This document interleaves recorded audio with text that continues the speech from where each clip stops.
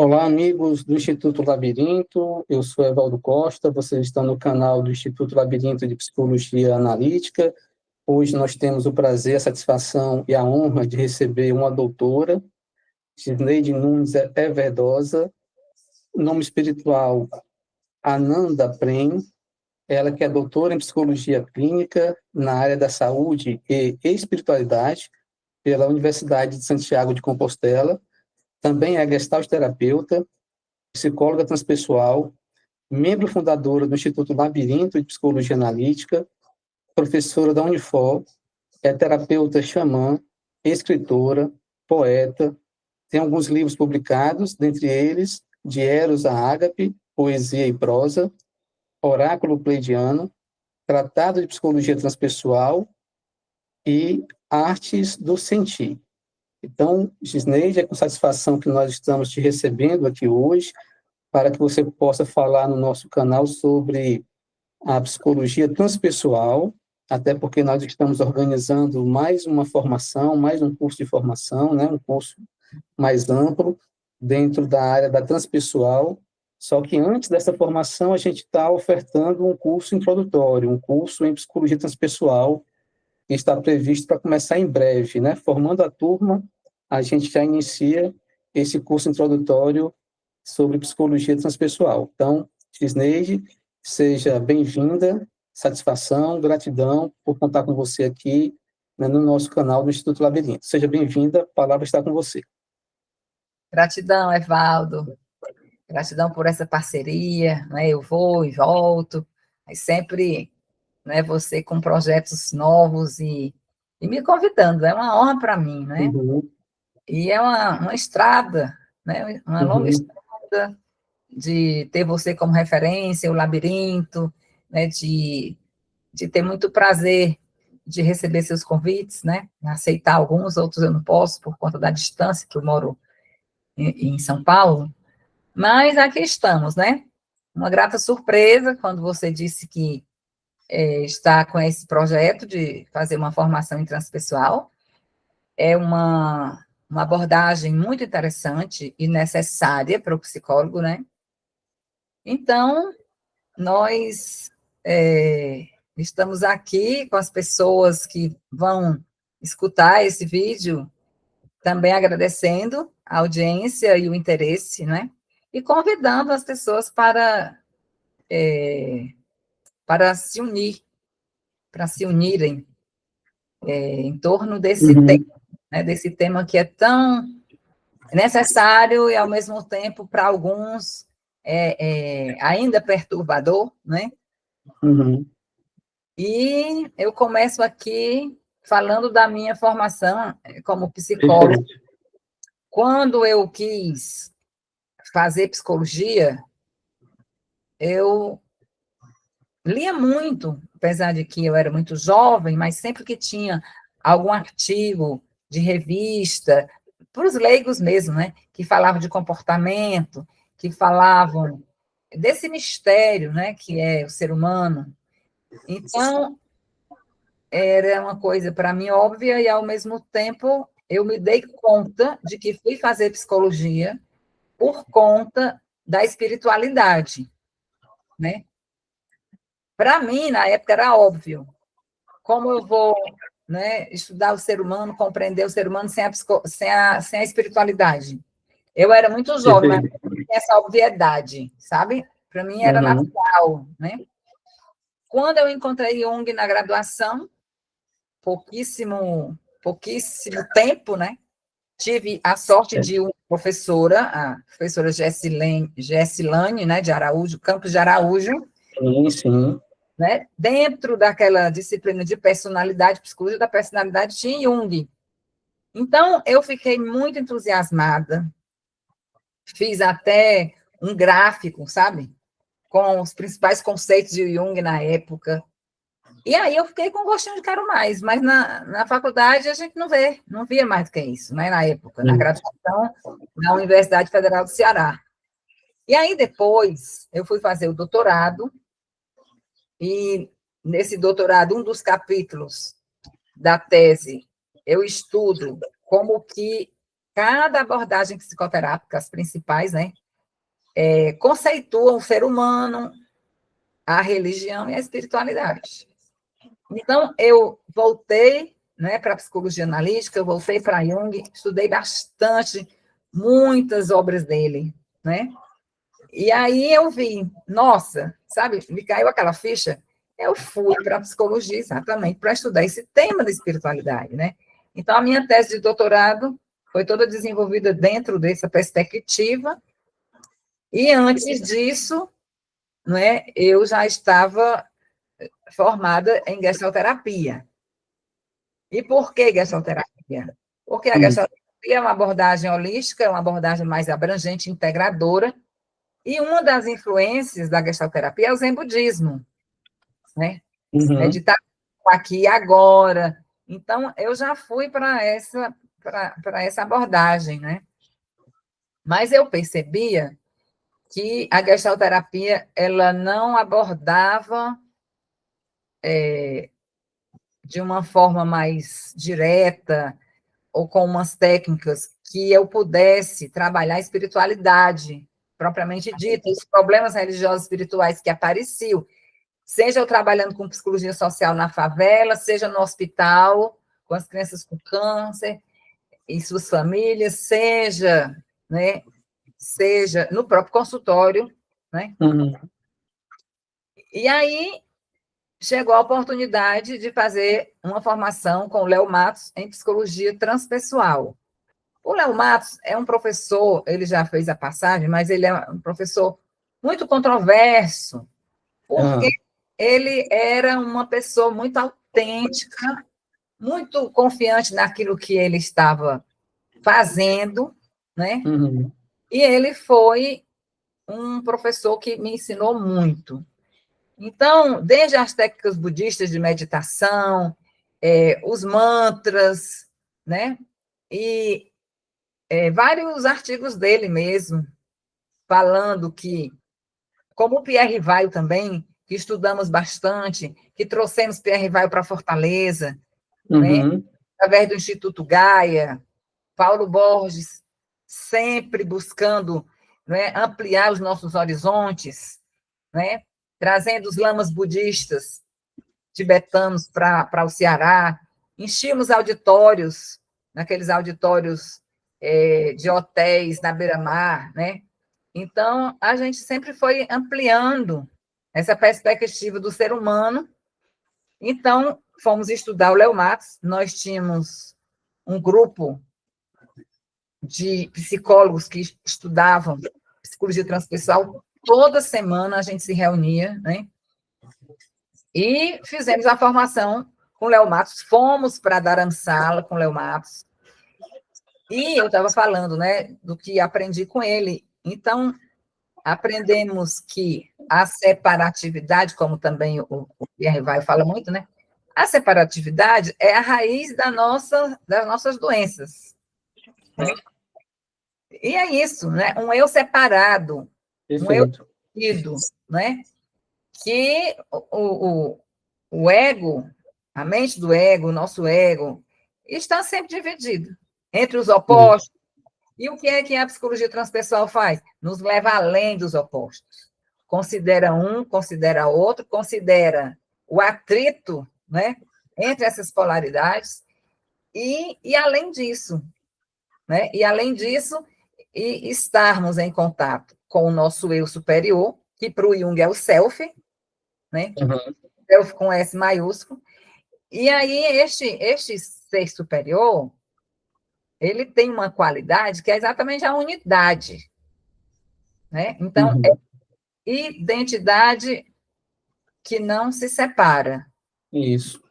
Né? E é claro que existem níveis e níveis. Tem um momento que eu estou aqui, eu estou com o meu ego consciente, falando com você, né?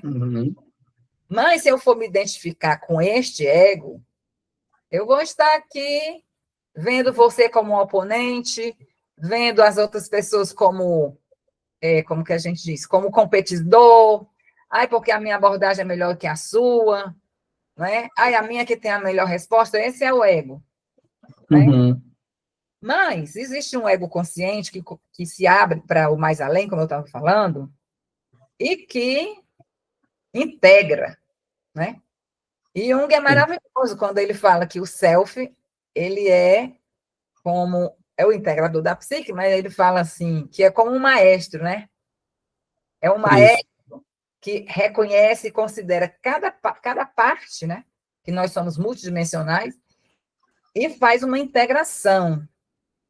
E a partir dessa integração, a gente desenvolve ou estação, né? Saudável, sem se dividir, sem brigar. A gente acolhe as partes e integra, né? E Isso. isso por quê? Porque nós vamos estar com uma consciência de unidade. Se eu estou projetando alguma questão minha, alguma sombra no outro, eu já sei que essa sombra é minha, né? Uhum. Está no outro, mas é meu. Eu vou me responsabilizar por isso e vou estudar isso e vou integrá-la. E com isso eu vou ampliando, né? Vou ampliando meu ser, vou ampliando minha consciência e a aceitação do outro como ele é ou está, né? Então, são vários aspectos que eu estou aqui colocando apenas de uma forma mais simples possível, né? Uhum. Ainda dentro até dessa consciência ordinária, Sim. mas uma consciência ordinária que já foi lá na amplitude do ser, já compreendeu tudo isso para colocar em prática esse exercício que eu estou dizendo aqui. E falar nisso, né? O Ken Wilber é já conversamos sobre isso rapidamente, você e eu, é um autor, né, considerado o filósofo, um dos maiores filósofos do nosso tempo, né? Inclusive, ele tem um livro aqui que se chama O Projeto Atman. O Projeto Atman é um dos livros dele.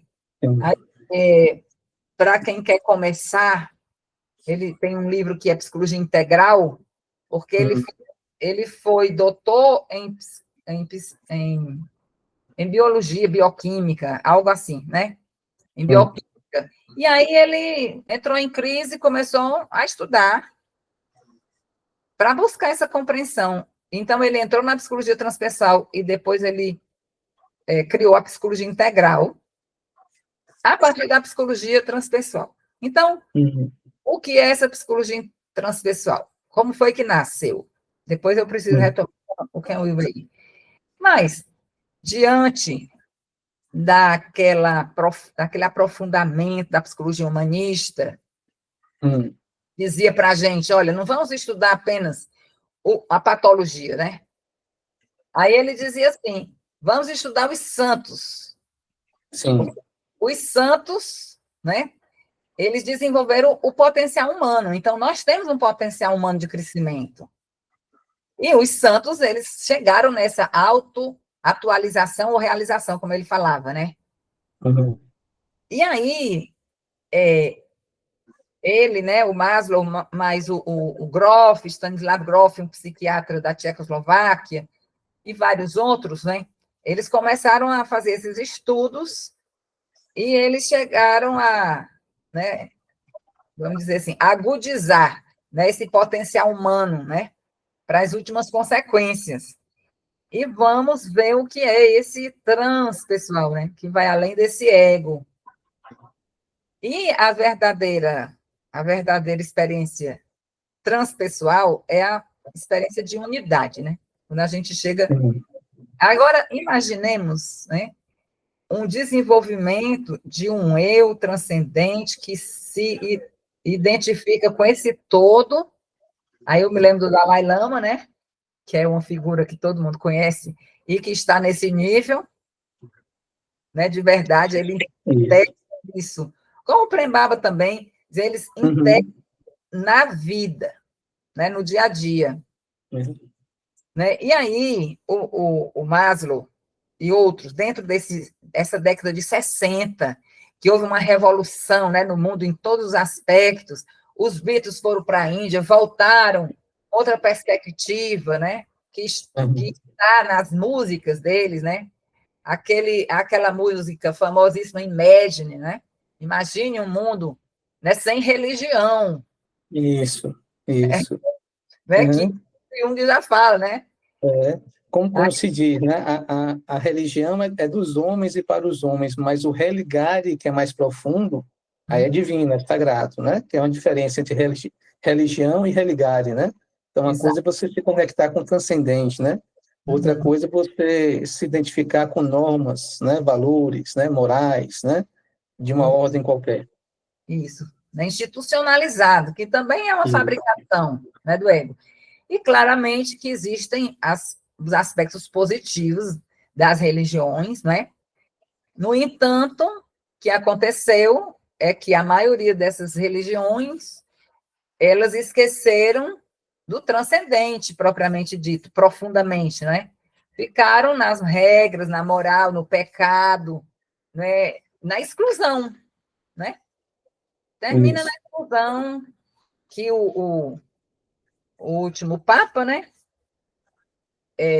Nosso querido Papa argentino, né? Ele procurou, né, incluir, né? Incluir todos, né? Com aquele ecumenismo dele, mas principalmente com aquela caridade dele, né? Vamos incluir. E que a gente espera que esse Papa atual ele continue com essa perspectiva de inclusão, né? Uhum. Imagine as pessoas homoafetivas Isso. consideradas pecadoras, Pois é. não é? Por Uhum. exemplo. Então, o Papa, esse último Papa, ele, né, incluiu, teve essa preocupação, né, de ser cada vez mais uma igreja inclusiva, que é saudável, né, diferentemente da maioria dos grupos religiosos, né, e que nem todos os grupos dentro da Igreja Católica seguem, né, seguem isso, nem todos os grupos seguem essa Uhum. perspectiva, né, de unidade. Mas, bem, então, dentro dessa década de 60, que estava, né, mundialmente essas transformações, e também começaram a fazer estudos com as drogas psicodélicas, né, e o Groff foi um psiquiatra que estudou muito isso, e começaram a perceber outros aspectos da psique, né, inconsciente, porque o que a gente tinha mais na época era aquele inconsciente do Freud, aí tinha Uhum. também o inconsciente coletivo de Jung, que já foi uma perspectiva muito avançada, e Isso. a psicologia transpessoal vai para o inconsciente angelical, e para, né, para vários outros aspectos, né? Então, o Groff, ele estudou, por exemplo, as matrizes perinatais, né, que é um aspecto do inconsciente, né? As matrizes perinatais consideram os conteúdos desde que o feto é concebido, né? Então, na hora da concepção até momentos depois do nascimento, ele descobriu, através desses estudos com LSD, estudos em laboratório, que existem conteúdos afetivos muito importantes, né? Da vida intrauterina e pós, né, nascimento, que interferem na vida da pessoa, na personalidade, nos comportamentos, né? Para citar aí algum estudo, né? Então, essa psicologia transpessoal, ela também pretendeu se articular com as tradições espirituais da humanidade, né? As tradições de sabedoria, né? Então, vamos estudar do budismo, né? Vamos estudar do hinduísmo, vamos estudar com o xamanismo, vamos estudar, né? Então, começaram, né, a estudar e a fazer pontes com yoga, porque Uhum. tudo dentro dessa década de 60 aconteceu, né? Aconteceu toda essa revolução, né? E aí, esses pioneiros da psicologia transpessoal se abriram, vamos estudar o ser humano dentro dessas outras perspectivas, né? Isso. Então, o O Oriente ser é o... humano que não é somente biológico, não é somente instinto, né? É muito mais do que o instinto, muito mais do que o biológico, né? É, é isso. Então, essas pesquisas começaram a acontecer, né? E aí,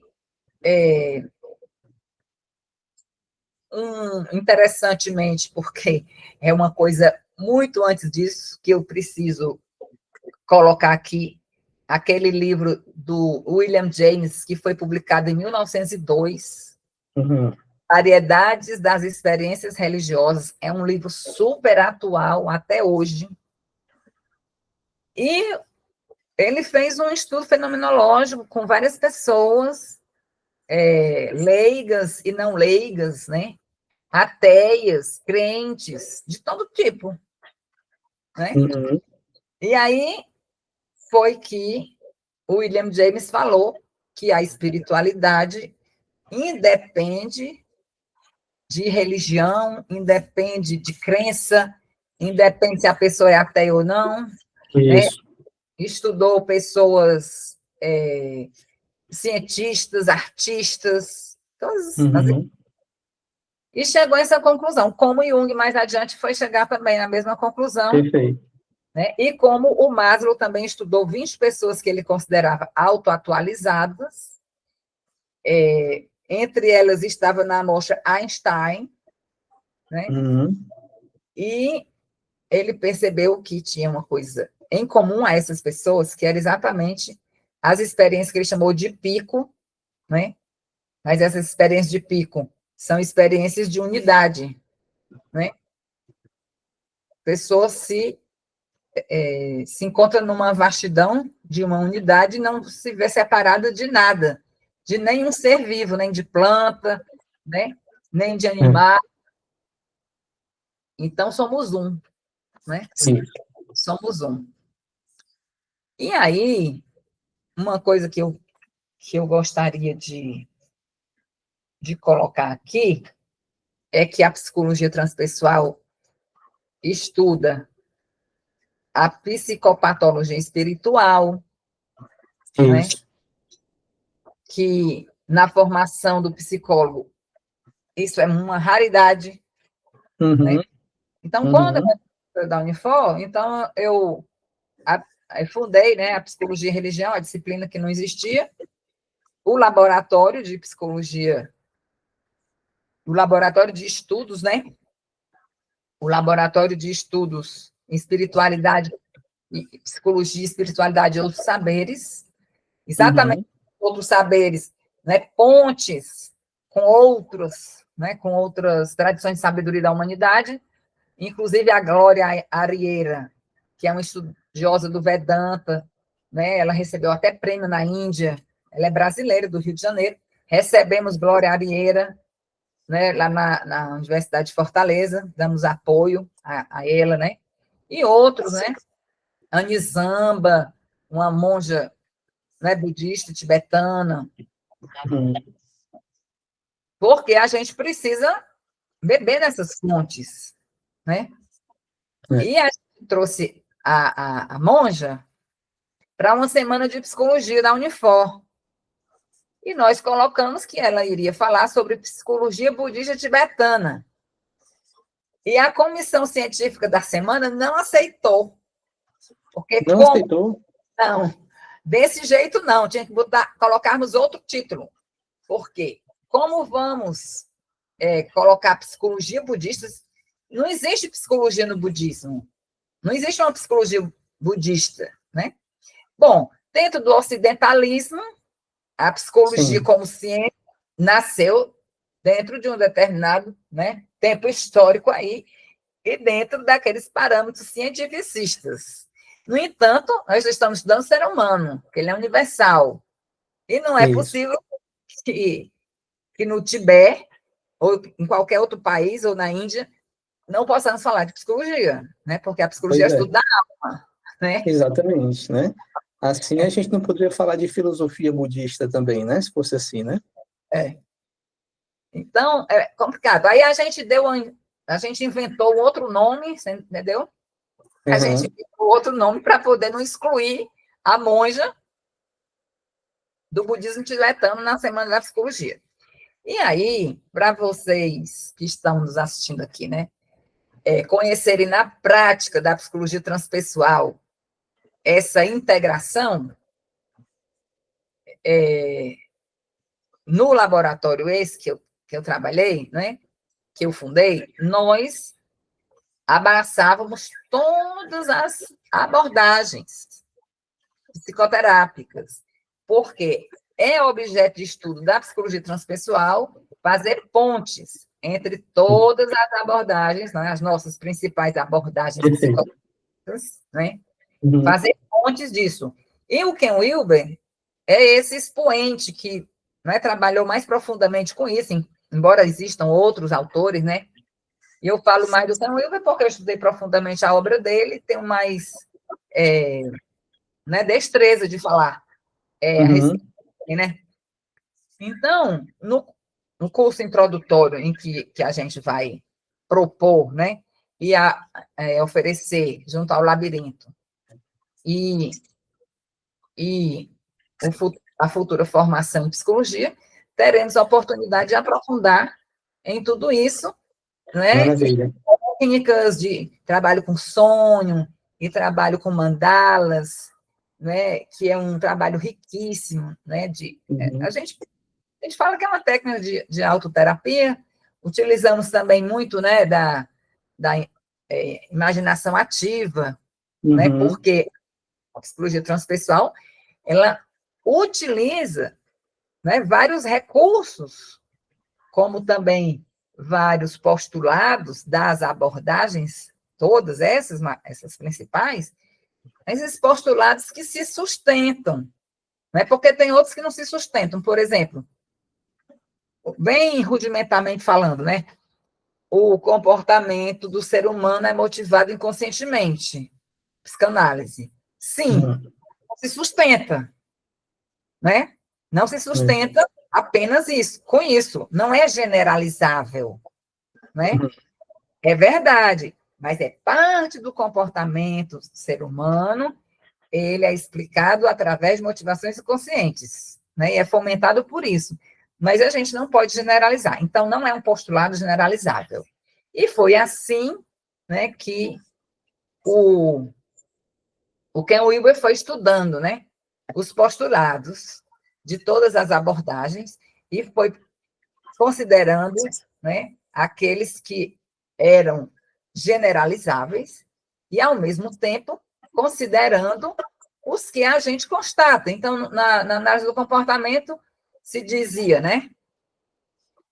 Estou falando da crítica que ele fez na época, né?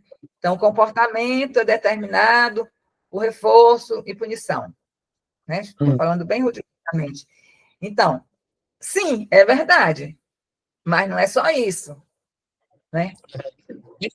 Então, olha só, a partir desses postulados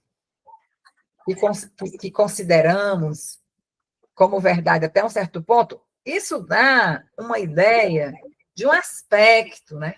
Um aspecto do ser humano, mas não do todo.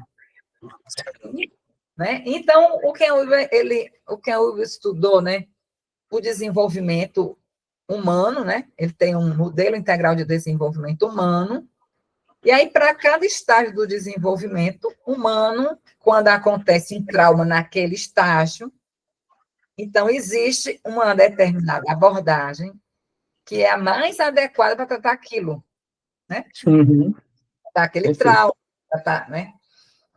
Então, ninguém pode se arvorar, né, de que a minha abordagem é aquela, né, que é a única... É a melhor de todas, né? É a mais adequada, né? Ninguém pode fazer isso. Ninguém pode fazer isso. Agora, e aí, a psicologia transpessoal é a mais adequada? Olha, é interessante porque a gente tem um mapa da consciência. Aí você recebe aquele sujeito que tem uma determinada experiência, seja espiritual, seja não espiritual, e seja um sintoma ou um trauma, e com essa perspectiva de navegação da consciência, você vai ver, olha, esse aqui, ele está nesse nível de desenvolvimento, o trauma foi aqui, e quem é que vai tratar isso? Se eu não sentir que eu tenho destreza naquela técnica, eu vou encaminhar, não é? E também tem uma coisa, você precisa conhecer a personalidade do cliente, né? Para saber, você sabe disso, que você é uma pessoa experiente, então a gente fica pensando, será melhor um homem, né? Um psicoterapeuta homem? Será melhor um psicoterapeuta mulher? Não é? Será, como é que essa pessoa vai se abrir melhor, né? Então, Isso. qual seria a melhor perspectiva? Então, no laboratório, lá na Unifor, nós recebíamos as abordagens todas, né, os estagiários todos, os pesquisadores, tinha bolsa de iniciação científica. Ah, professora, mas eu estudo psicologia comportamental. Ótimo, venha para cá. E então a gente fazia uma mesa redonda com todas as abordagens ali, né? Ou seja, uma proposta integrativa, né? Integrava todos, né? Todos, né?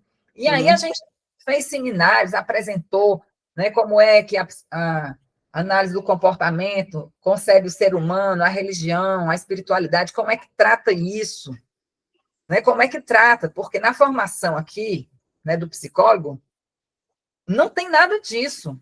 Só que os países de língua inglesa, eles já estão muito mais na frente, né, do que nós aqui. Sim. Eu estou falando isso de 2004, nós estamos em 2025. Eu saí da Universidade de Fortaleza, e os alunos ficavam, mas professora, quem é que vai desenvolver isso? Vocês que estão se formando, né? Porque eu saí da Universidade de me formar. Eu dizia que ia me formar antes de me aposentar, né? As meninas, eles todos querendo se formar, professora, estou doida para me formar. Eu também, estou doida para me formar e sair da Unifor. Não, mas só sair da Unifor depois que eu me formar. Tá bom, vou pensar no seu caso. Até um dia que eu saí mesmo, porque eu não dava mais conta de estar dentro daqueles, né, daqueles paradigmas, apesar de que eu só fazia o que eu achava que era mesmo, que tinha a ver, né, comigo e com o meu serviço. Tinha um professor lá, muito amigo meu, gestalterapeuta, né, admirável. Ele chegava para mim, mas por que que você leva à frente esse estudo da psicologia e religião, leva à frente a espiritualidade? Porque eu tenho minha espiritualidade para mim. Eu fecho o consultório, eu tenho minha espiritualidade. Olha que era uma pessoa altamente, sabe? Isso acontece que a espiritualidade, a religião, é uma coisa para você viver depois que você fecha o consultório. Você é uma pessoa, você vai cortar a sua orelha, né? Vou só ouvir com a esquerda. Pois é. Né? Então, era uma questão, e é uma questão, né, de responsabilidade com o saber, com o conhecimento, com a formação do psicólogo, de ir além desses paradigmas cartesianos, né, reducionistas. Então, nós estudávamos, e às vezes a gente estava lá, né, cada um dos alunos responsável. Agora você vai apresentar a análise do comportamento nesses aspectos, né, do conceito de ser humano, do que pensa sobre religião, como é que trabalha na clínica os problemas religiosos e espirituais. E aí eles ficavam inibidos, sabe? O que é que está acontecendo? Não, professora, é porque se eu for falar, eu tenho. Está com medo da crítica, do que é que o outro vai dizer. Gente, aqui nós estamos abertos para beber da perspectiva de cada um, né? Para poder a gente aproveitar. E olha um exemplo da cognitivo comportamental. Tem uma técnica, sabe, na cognitivo comportamental para trabalhar problemas religiosos e espirituais. Aí, por exemplo, uma pessoa que está com raiva, mas ela está reprimida e não pode expressar raiva porque é pecado. Né? Pecado, você tem que ser amoroso, amar o próximo a si mesmo, blá, blá, blá. Só que a gente tem raiva, né? Também sente, né? Faz parte do ser humano, né? Não é? Aí, o que essa técnica reza? Vai nas escrituras, né? Porque pessoas bem religiosas, né? Vai nas escrituras, porque eu já atendi Testemunho de Jeová, já atendi, como é, meu Deus? Do sétimo dia, né? Adventista, né? Né? Então, o psicólogo precisa ler as escrituras dessas religiões, a Bíblia, né? Para poder usar, né, a crença da pessoa e fazer um contraponto. Então, por exemplo, na Bíblia católica, né? Ah, eu não posso ter raiva. Você se lembra que Jesus açoitou os vendilhões do templo porque ele estava sentindo profanado o templo e se sentiu profanado, né? Então, tem essa raiva. Porque quando a gente está sentindo que alguma coisa não está sendo respeitada na nossa vida, é natural você ficar com raiva, né? Então, é uma técnica cognitivo-comportamental, olha que maravilha. Isso. Né? Utiliza isso aí para poder confrontar com as crenças e as experiências da pessoa, para poder levá-la a um outro equilíbrio, porque enquanto ela está no conflito, estou no pecado, mas confronta com o que aquela escritura, né, que ela acredita está dizendo. As escrituras, geralmente, né, elas são muito amplas, né? Claro que tem os lados restritivos, mas a gente vai buscar respostas nelas para ajudar a pessoa. Isso é só um exemplo de uma técnica que a gente pode utilizar, independentemente de você ser psicanalista, de você ser, né, analista junguiano, né? Isso. Ou E seja, é uma visão holística, né? Uma visão holística do homem, do ser humano, né? Então, aborda o ser humano de uma forma completa, nos seus vários níveis, né? Desde o nível físico, biológico, até o nível religioso, espiritualista, né? Então, é uma visão ampla do ser humano, a visão que a psicologia transpessoal propõe, né? Exatamente. E o Jung, né, ele dizia que né, a espiritualidade é natural, faz parte, né, do ser humano. E tem um estudo, né, que classifica os psicólogos entre aqueles que consideram a religião e a espiritualidade como algo natural e aqueles que consideram como algo externo, né? Externo. Não, isso é da cultura, né? Isso é da sociedade, é um comportamento aprendido, né? É o hábito. Então, existe esse estudo, né? Mas eu quero dizer um exemplo aqui também, de que eu escutava nas minhas aulas, né? Na graduação, que foi de uma aluna, chegou e falou assim, olha, a minha avó estava passando por uma experiência que ela, de dor, né, que ela achava que Deus tinha sido injusto para ela, e aí ficou com raiva de Deus, né? E ela não se sentia à vontade de falar com o padre que estava com raiva de Deus, ela era uma pessoa religiosa, né, católica e tudo, aí como é que vai falar com o padre que está com raiva de Deus? O padre vai dar uma penitência, quando ele for muito bom, isso generalizando, né? Ele vai escutar, né? Talvez dê algum conselho à pessoa e vai dar uma penitência, né? Então, a senhora foi para o psicólogo.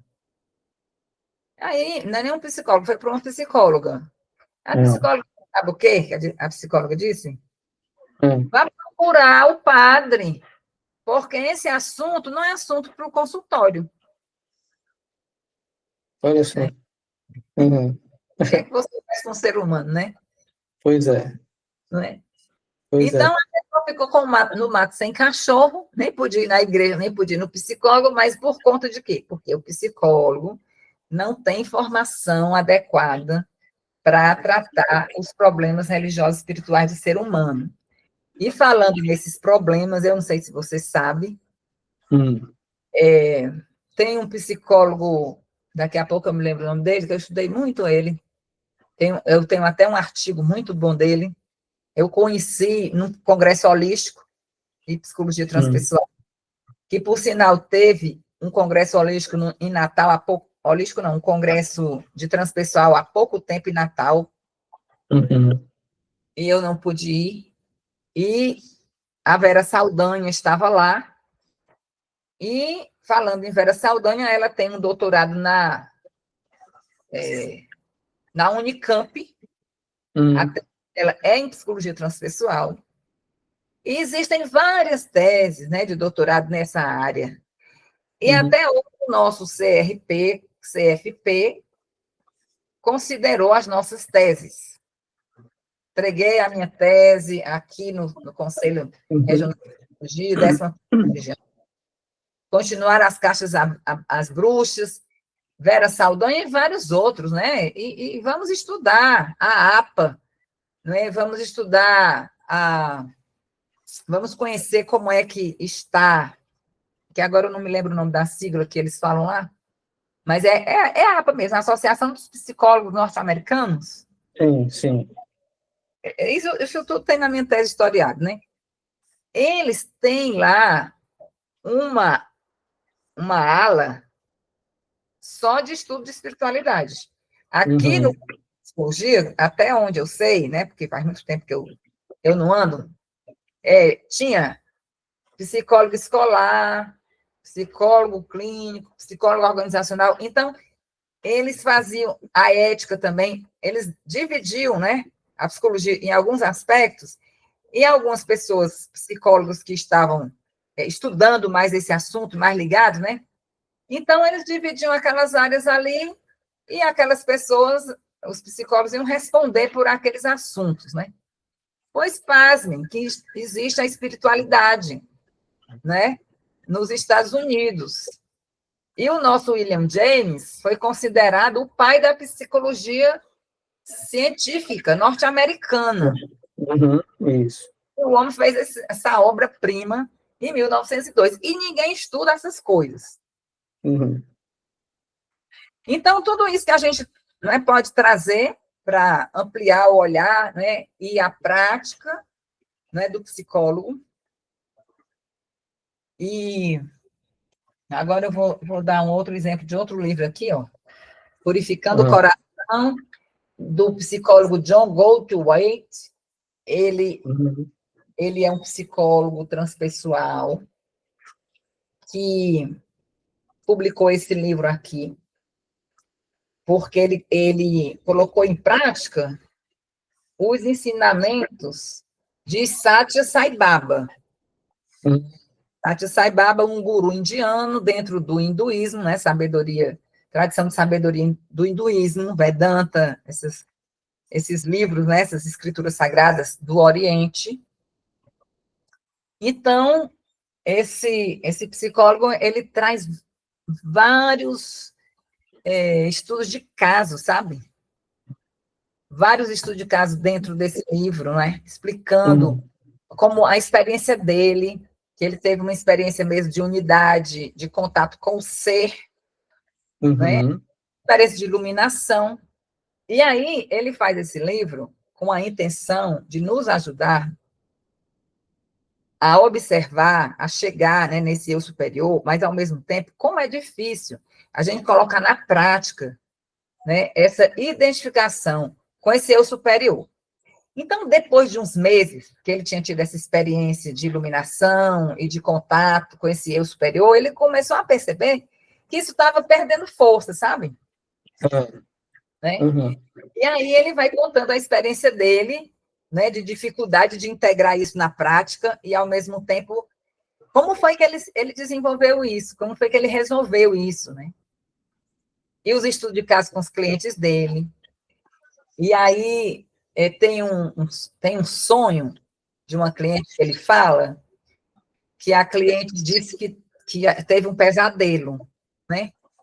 E que ela acordou do pesadelo. E o que foi o pesadelo? Ela estava se afogando, né? Então, ele foi utilizar, né, recursos para que ela vivenciasse o sonho, né? Ali na psicoterapia com ele, e a levou a entrar em contato com o medo da morte. Porque esse era o pesadelo, né? Ela se acordou antes de morrer. Né? Aí ele a levou para entrar em contato com o medo da morte. Depois, aí a morte. Então, a gente tem várias técnicas em psicologia transpessoal, que eu brincava com meus estagiários e dizia assim: vamos brincar de morrer.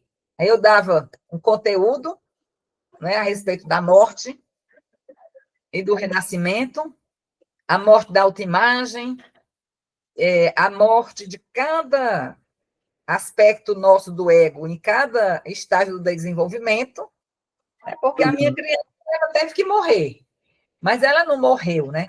Ela morreu, mas eu integrei, então ela está aqui em mim. A minha adolescente também morreu. Antigamente se faziam ritos de passagem, hoje em dia não se faz praticamente nada. Né? se fazia isso para quê? Para integrar, né? Isso. E para ter conhecimento, consciência, e para continuar com aquela vivacidade, né? Sem a criança a gente não faz nada, não é verdade? Com certeza. Né? Com certeza. É preciso ter uma criança viva, é preciso ter um adolescente vivo, um jovem vivo, para que a gente, né, continue morrendo, renascendo, e com gratificação e com gratidão, a gente abandone esse corpo um dia, né? Isso, isso. Então, a psicologia transpessoal trabalha com essa história da morte e com as experiências de morte, de quase morte, né? Sim. Então, é um dos veios de pesquisa da psicologia transpessoal, é a experiência de quase morte, né? Pessoas que foram e voltaram, né? Uhum. Uhum. A partir daí, a gente faz técnicas, né? Usa técnicas para a pessoa ir começando a entrar em contato com essa experiência. Uhum. De morte física. Não é a gente quer abandonar um hábito, mas se abandonar um hábito é mesmo que morrer. Por que não abandona? Porque o meu ego, que foi erigido sobre essa crença e sobre essa forma de se comportar, não vai mais existir. E a pessoa está com medo de morrer, medo da autoimagem, né? Da morte da autoimagem. Então, são, né, várias formas de trabalho, né? Que todas em algum nível, todas as abordagens trabalham. Uhum. Mas a psicologia transpessoal, ela leva às últimas consequências essa questão da morte, né? No consultório, no cotidiano, não é só quando a pessoa, ai, morreu alguém, agora eu estou de luto, vou tratar disso. Não, a morte é agora, né? Se você imagine que você tem uma semana de vida. Uhum. O que é que você ia fazer? É educativo, inclusive a psicologia transpessoal também é aplicada na educação, e a tese da Vera Saldanha, em psicologia transpessoal, é voltada para a educação. Então, fechando a história do sonho que esse psicólogo estava falando com a senhora lá, com medo, né, de morrer afogada, então ele a levou a entrar em contato com o medo e a morrer. Agora você vai imaginar que você morreu, né? Morreu. Isso. E aí, quando a pessoa tem essa vivência de morte, ela sente calma, ela sente paz, né? Ou seja, E deixa de ser um claro, tema assustador, né? Ela começa a olhar isso, para esse tema com outro olhar, ter outros olhos para a morte, para a finitude. Né? exatamente, né? É claro que isso é uma vivência pontual, Claro. mas isso é para a gente se educar desse jeito, porque no Oriente, a gente sabe que as pessoas, elas têm outro olhar para a morte, né? Uhum. Claro, sente saudade e tudo mais, mas elas têm outro olhar.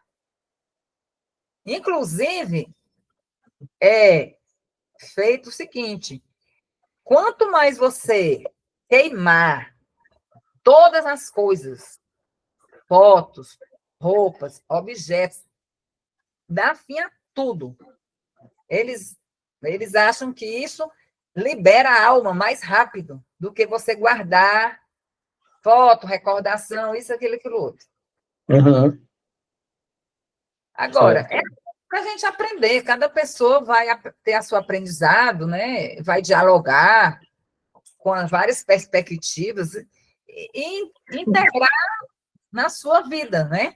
De acordo com cada vida, de acordo com cada singularidade, né? De acordo com cada indivíduo.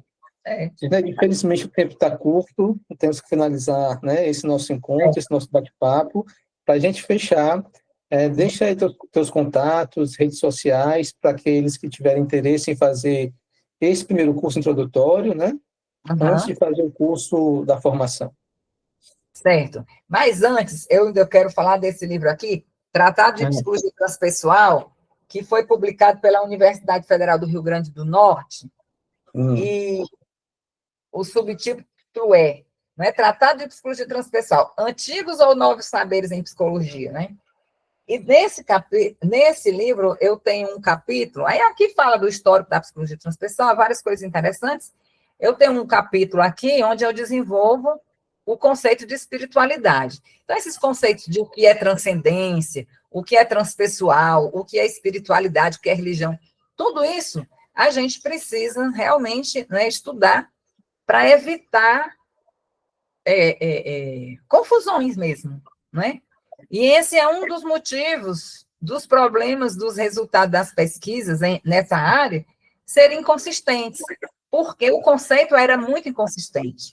Então, eu desenvolvi esse conceito, né, esse estudo desse conceito, e foi, de novo, né, o Ken Wilber que me ajudou muito, né, a utilizar um conceito consistente de religião e espiritualidade para poder eu desenvolver o estudo, né, da tese, com estudo quantitativo e qualitativo.